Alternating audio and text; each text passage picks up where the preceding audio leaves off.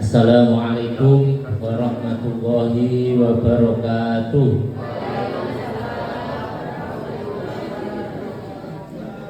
Alhamdulillahirabbil alamin. Wassalatu wassalamu ala asyrofil anbiya'i wal mursalin sayyidina wa maulana Muhammadin wa ala alihi wa sahbihi wa baraka wa sallim ajma'in. Amma ba'du.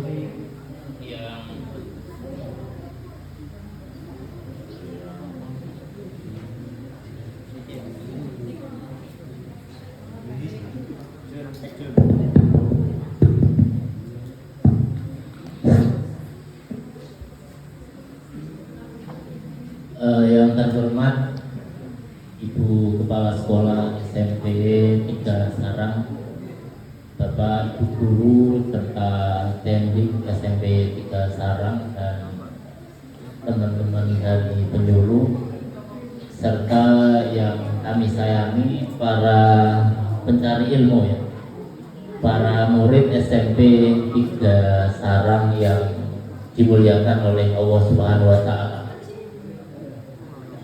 Kita semua sebenarnya itu dimuliakan oleh Allah Subhanahu wa Ta'ala. Yang pintar, yang berusaha pintar, semua itu dimuliakan oleh Allah Subhanahu wa Ta'ala. Pesan yang disampaikan Allah itu walaqad karramna bani Adam. Allah itu memuliakan semua anak cucu Nabi Adam. Kita semua ini cucunya Nabi Adam, atau ada yang keluar dari batuan? Tidak ada. Kalau mukjizatnya Nabi Sulaiman itu bisa mengeluarkan unta dari batu. Tapi kalau kita semua ini enggak ya. Kita itu semua keturunan Nabi. Berarti kita keren sebenarnya. Bapaknya kita itu Nabi Adam. Ya, Nabi Adam. Besok kita juga akan kembali seperti Nabi Adam, kembali ke surga. Amin ya, amin. Dan kita sudah diajari oleh Nabi Muhammad dikasih kuncinya surga. Kalau ada ruangan kayak gini, misalnya ruangnya bagus, ruang kelas bagus, tapi nggak ada kuncinya, bisa masuk apa enggak? Bisa masuk apa enggak?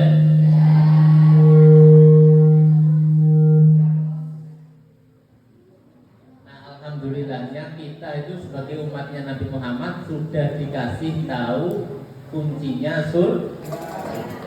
Jadi asal usul bapaknya kita, nenek moyang kita dari surga, dan kita sebagai cucunya itu sudah dikasih kunci. Jadi besar kemungkinan kita pasti akan masuk surga. Kecuali yang tidak mau. Yang tidak mau. Kelas sudah dibuka tapi nggak mau masuk, nggak mau belajar, malah main di luar. Ini kan berarti tidak sudah ditunjukkan surga sebegitu indahnya. Dikasih kunci Miftahul Jannah, la ilaha illallah. Semua pasti sudah baca la ilaha illallah. Itu sudah punya hak untuk masuk surga. Enak ya? Walaqad karramna bani Adam wa hamalnahum fil barri wal bahri. Allah itu tidak hanya memuliakan, tapi membuat kita bisa nyaman di bumi. Di bumi itu di daratan maupun fil bahr. Ketika misalnya jalan-jalan naik kapal itu ya dibikin aman. Wa razaqnahum minat thayyibat. Allah itu juga memberi rezeki yang baik untuk kita. Ada air minum, ada buah-buahan di rumah ada nasi, itu semua itu rezeki yang disediakan oleh Gusti Allah. Wa faddalnahum ala katsirin mimman khalaqna tafdila. Manusia Bani Adam itu diciptakan sangat mulia dibandingkan makhluk-makhluk Allah yang lain. Mungkin kera bisa makan, tapi kera gak punya akal seperti kita. Jadi kita itu benar-benar dimuliakan oleh Gusti Allah. Ditambah lagi kita itu diberi nabi yang sangat mulia, khairul bashar, lebih utamanya manusia. Jadi nabi, banyak sekali nabi, ada ratusan nabi dan rasul, bahkan nabi ribuan. Tapi yang masih dihafalkan kan cuma 25 ya, ada Idris, Nuh, itu sebenarnya ada banyak. Dari sekian banyak nabi itu yang paling utama Nabi Muhammad. Nabi Muhammad itu lahirnya ya bulan Maulid kayak gitu, tanggal 12 Rabiul Awal tahun gajah. Dulu itu penyebutan tahun itu ya yang enak lah, misalnya ada keadaan penyerangan gajah, berarti tahun gajah gitu. Disebutnya gampang-gampang aja. Kalau Masehinya itu 571 Masehi, sudah lama. Itu Nabi Muhammad.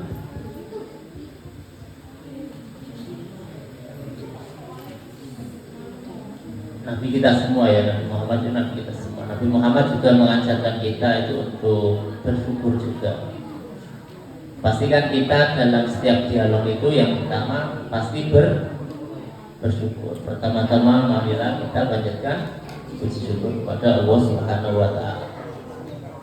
Bersyukur itu tidak hanya seremonial, tapi kita memang benar-benar berterima kasih kepada Gusti Allah. Sudah dikasih kesehatan mata, dikasih udara yang segar, dikasih semangat, dikasih kekuatan, kadang dikasih rasa ngantuk juga, itu juga nikmat. Ngantuk itu nikmat apa enggak? Nikmat ya, ngantuk itu juga nikmat. Kalau main bola, main HP, main bola tiba-tiba tidur itu kan mengagetkan ya. Tapi kalau ngantuk dulu terus ada tanda-tandanya. Termasuk nikmatnya Gusti Allah adalah tanda-tanda sebelum ada kejadian. Punya jemuran, mendung, diangkat jemurannya karena tanda-tanda mau itu dan seterusnya. Jadi nikmat itu tidak hanya kekayaan, panen dan lain-lain, itu enggak. Rasa ngantuk pun itu juga. Punya teman baik juga nikmat atau enggak punya teman baik?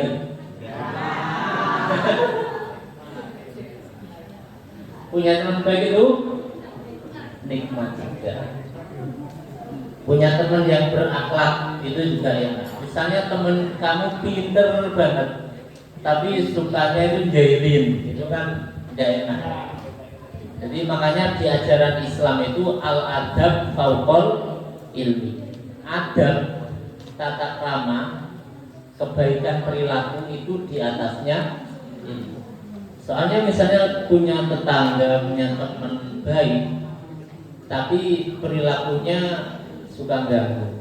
Dia pinter tapi suka ganggu, itu repot. Ya, itu makanya al-adab fauqal. Ajarannya Nabi Muhammad kan diantaranya adab ya, sopan santun, ya enggak? Sopan santun kepada orang tua, sopan santun kepada guru, kepada teman, kepada tetangga, kepada penjual jajan, ada sopan santunnya semua, ada tata keramanya semua. Itu yang kedua, sholawat serta salam semoga tercurahkan kepada Nabi kita Muhammad Sallallahu Alaihi Wasallam, yang jelas kita berharap syafaatnya. Syafaat itu gampangnya itu kunci keselamatan di masa depan.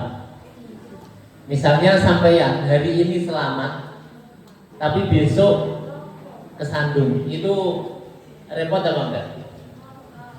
Itu itu baru kesandung kaki ya. Kalau kesandung terus masuk neraka itu kan bahaya ya.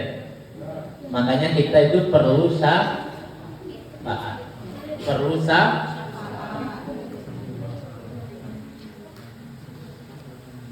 Nah, Nabi yang bisa mensyafaati itu Nabi Muhammad, bisa menolong semua umatnya. Tidak hanya saat sugeng, saat hidup, tapi besok di akhirat Nabi Muhammad juga menyelamatkan umat ini. Nah, bagaimana biar kita itu bisa mendapatkan syafaat? Sudah tahu caranya apa belum? Cara mendapatkan syafaatnya Nabi Muhammad, pertolongannya Nabi Muhammad. Meneladani. Ya, jadi cara mendapatkan syafaatnya Nabi Muhammad itu ada banyak. Yang pertama tentu mencintai, ya, mencintai Nabi Muhammad. Dulu itu ada orang, ya Mas ya, ada orang itu mendengarkan Nabi sedang mau ikut, sedang ceramah. Ada orang, bahasnya itu kiamat. Kiamat itu kan dahsyat ya. Kiamat itu dahsyat atau enggak? Gambarannya itu kalau misalnya Tawamerjo ini banjir, itu enggak apa-apanya dengan kiamat. Udah banjir, enggak ada tempat untuk selamat, hancur semuanya. Itu kan sangat dahsyat. Nah, orang-orang dikasih tahu besok itu akan ada kiamat. Kira-kira yang sampai tanyakan balik itu gimana? Cara selamatnya atau tanggalnya atau gimana?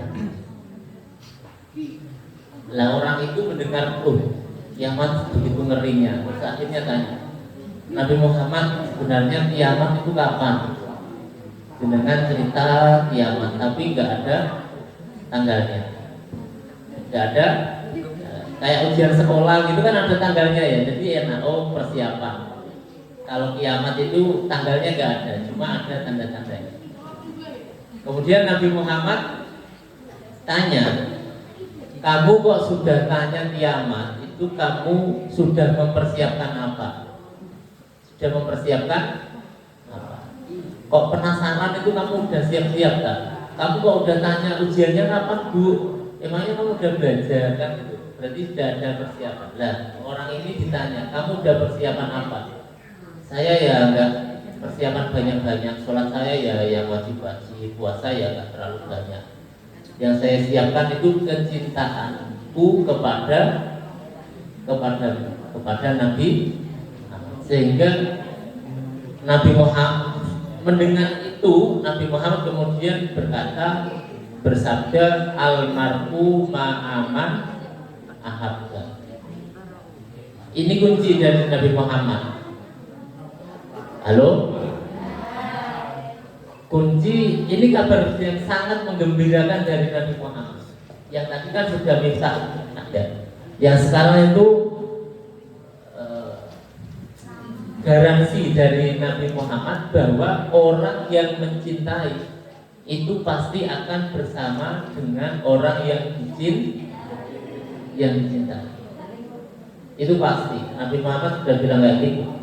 Kalau di kitab Ihya itu Imam Ghazali menyitir ngendikane Imam Hasan, seseorang itu pasti akan bersama dengan orang yang dicintai. Itu maksudnya kalau Nabi Muhammad di surga, kita juga pasti akan masuk surga. Berkat apa? Berkat kita cinta kepada Nabi Muhammad. Ada ikatan cinta. Enak ya? Modal cinta bisa masuk surga. Tapi kalau kata Ibnu Qayyim menjelaskan itu, seseorang yang mencintai tapi tidak meneladani, tidak meniru apa yang diajarkan oleh Nabi Muhammad, maka dia tidak bisa ikut ke surga. Contohnya siapa? Misalnya orang-orang Nasrani cinta banget kepada Nabi Isa, tapi malah membuat ajaran yang salah, sehingga dia tetap hina. Ya, gitu ya. Jadi cinta itu bisa dibuktikan dengan cara menghormati, memperingati maulidnya. Tapi lebih bagus lagi jika cinta itu dibuktikan dengan melakukan apa yang diajar, yang dia.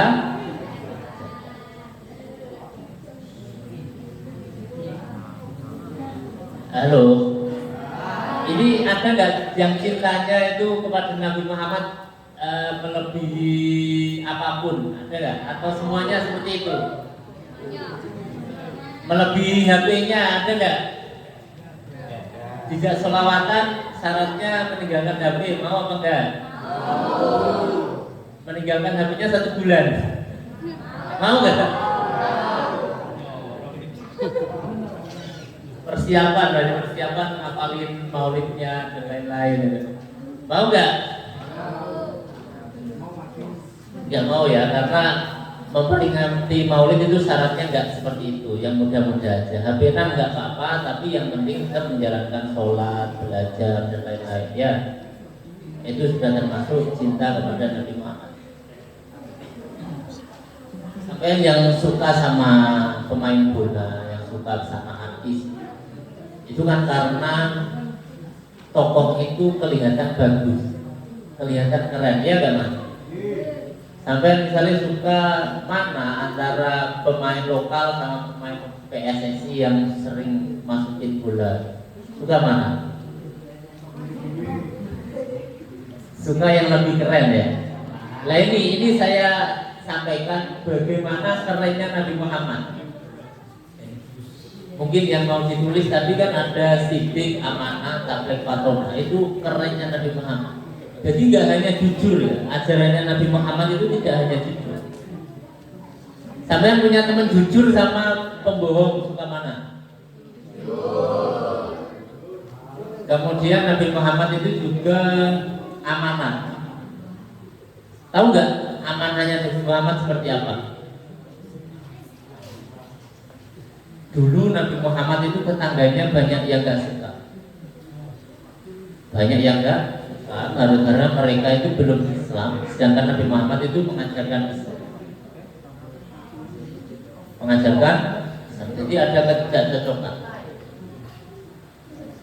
Tapi karena Nabi Muhammad itu amanah, bisa dipercaya, tetangganya yang kafir itu kalau menitipkan barang itu kan Nabi Muhammad.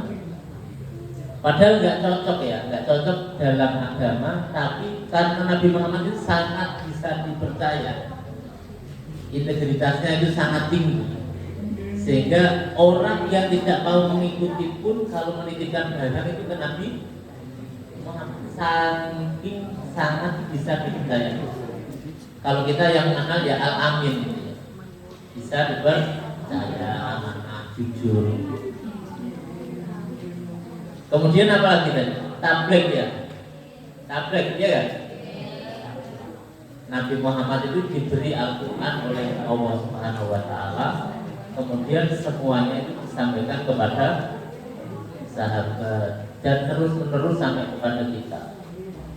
Kata Nabi Muhammad, siapapun yang mau beruntung, yang mau sukses, ya harus mengikuti dua peninggalan Nabi Muhammad, Al-Quran dan itu nanti bisa diolah oleh para ustadz-ustadz di musola, para guru.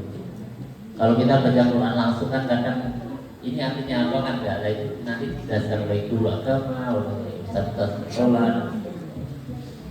Tapi itu caranya. Kalau kan harus ada panduan ya.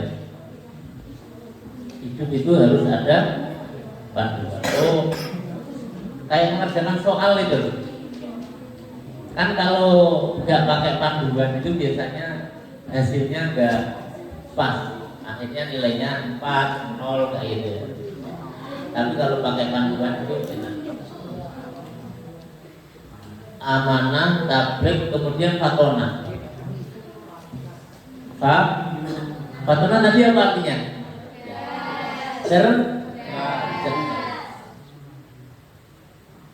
Dulu ada cerita di Ka'bah itu kan ada Hajar Aswad, ada Pernah lihat Ka'bah belum? Fotonya udah minimal ya, minimal fotonya sudah, dan semoga semuanya ini besok bisa melihat Ka'bah secara langsung. Kalau bisa melihat Ka'bah itu kan berarti yang bisa umroh gitu atau haji. Semua ini harus berkeinginan haji, harus berkeinginan. Ingin saja itu sudah bagus, ingin saja itu sudah. Nah dulu itu Hajar Aswad pernah copot, jatuh terus karena ini barang mulia. Orang-orang itu rebutan pengen mengembalikan, pengen memasang, pengen memasang. Namanya orang sangat senang yo royoan. Royoan, wah itu kalau dibiarin bisa bertengkar. Terus datang Nabi Muhammad. Datang Nabi Muhammad. Bagaimana barang yang sekecil itu tapi bisa diangkat bareng-bareng oleh orang-orang yang menginginkan ini tadi. Nabi Muhammad fatona, cerdas. Akhirnya Hajar Aswadnya ditaruh di kain, kainnya diangkat bareng. Berarti semua merasakan berjuang, merasakan ikut serta mengangkat Hajar Aswad kepada Ka'bah, yaitu namanya fatona. Bisa menyelesaikan masalah dengan cara yang bijak, dengan cara yang bisa diterima banyak orang. Ya itu aja, nanti diterusin sama Pak Dahlan. Iya, satu lagi, Nabi Muhammad itu tidak hanya keren keilmuannya saja, tapi Nabi Muhammad itu fisiknya juga keren. Ya, fisiknya keren. Daripada misalnya artis-artis Korea yang nampak itu sangat jauh dengan Nabi Muhammad. Sangat jauh. 100% kegantengan itu misalnya 50%-nya dikasih Nabi Muhammad, Nabi Yusuf sebagian, sisanya itu untuk seluruh alam. Kan beda jauh ya, beda. Kemudian Nabi Muhammad itu juga berkain. Nabi Muhammad itu kan kalau wudhu, tetangga-tetangganya, teman-temannya itu rebutan mendapatkan bekas air. Itu barokah yang nggak nampak ya. Ada lagi yang nampak. Tahu keringat ya. Nabi Muhammad itu kira-kira berkeringat atau enggak? Nabi Muhammad itu pernah temennya itu mau nikah. Biasanya nikah itu kan dikasih kado ya. Kalau anak-anak ya ulang tahun kadang temennya dikasih. Itu Nabi Muhammad ngasih kadonya keringat. Tapi keringatnya Nabi Muhammad, ya keringatnya sampean ya. Kalau temanku tak kasih keringatku untuk kado ya marah-marah. Ya, Nabi Muhammad temennya mau nikah dikasih kado ke keringatnya Nabi Muhammad. Itu dipakai sampai orangnya meninggal itu masih wangi terus. Ini belum ada minyak yang membandingi. Itu dari Nabi-Mu. Ada lagi orang pernah dipegang Nabi Muhammad. Biasanya anak-anak kan dilus-lus bapaknya ya, kepalanya ya dilus. Itu ada orang yang dipegang kepalanya, dipegang Nabi Muhammad. Ya, dipegang Nabi Muhammad. Itu bekasnya bisa dipakai untuk terapi pengobatan. Jadi kalau ada orang sakit itu disuruh pegang apa yang bekas dipegang Nabi. Itu Nabi Muhammad sekeren itu. Jadi layaklah kalau kita mencintai Nabi Muhammad, itu layak. Yang paling terkenal ya tadi Nabi Muhammad itu menyelamatkan kita dari kegelapan menuju cahaya. Jadi bukan PLN saja yang menyelamatkan dari kegelapan ya. Kalau PLN itu kegelapan, listrik ini kegelapan dunia. Kalau Nabi Muhammad itu kegelapan dunia dan sebagai penutup, kita itu siapapun orang di dunia dan sudah terbukti yang mengikuti Nabi Muhammad itu pasti lebih sukses. Kalau ada yang bilang, oh itu orang non Islam tidak sholat tapi kok sukses, kita lihat orang itu pasti kerja keras sehingga kaya, sukses dan lain-lain. Dan di antara ajaran Nabi Muhammad itu dia kerja keras. Inna Allaha la yughayyiru ma biqaumin hatta yughayyiru ma bi anfusihim. Nabi Muhammad mengajarkan siapapun yang ingin sukses maka harus kerja keras. Siapapun yang ingin pintar ya belajar. Nabi Muhammad juga berpesan at-tadbir nisful ilm. Di antara cara sukses itu manajemen yang bagus. Kapan harus main HP, berapa jam sehari itu harus dibatasi agar waktu yang untuk belajar itu tidak tersita. Itu ya. Kiranya itu tidak ada ilmu yang manfaat yang tidak diamalkan. Ya, semoga sedikit tadi bisa diamalkan, bisa ditularkan dan bermanfaat untuk kita di masa depan. Apabila ada kesalahan mohon maaf. Wassalamualaikum warahmatullahi wabarakatuh.